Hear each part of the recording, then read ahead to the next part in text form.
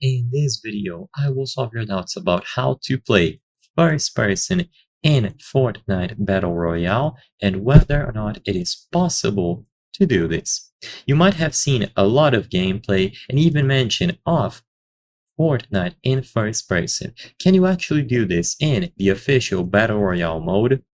Well, first, the way people do first person is by going over to Fortnite Creative, because in here you can get this specific device labeled first person camera, and by placing this device down, when you interact with it, you will have the first person camera view. So in this example, you can clearly tell because the gun here is in first person being held by the player, and you can move around and play it as if it was an FPS. But this feature seems to be only locked to creative at the moment. It isn't a feature that is demanded by the community, so the developers are working very slowly on it. Once they add first person officially, you will most likely be able to enable or disable it in the settings, or you will have to queue for a specific set of Battle Royale modes. But as it stands today, you can only do it officially by going over to Fortnite Creative and adding the first person camera.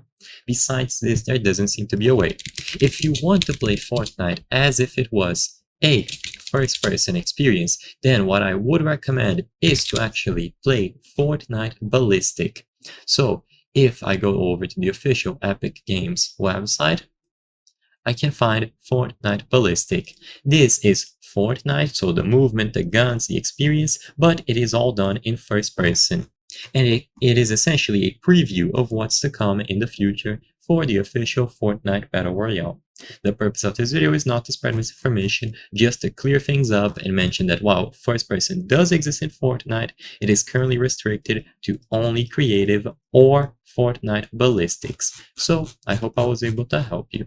If this video helped you, consider subscribing. As you can see, according to our channel metrics, 83% of the people watching our videos are not subscribed.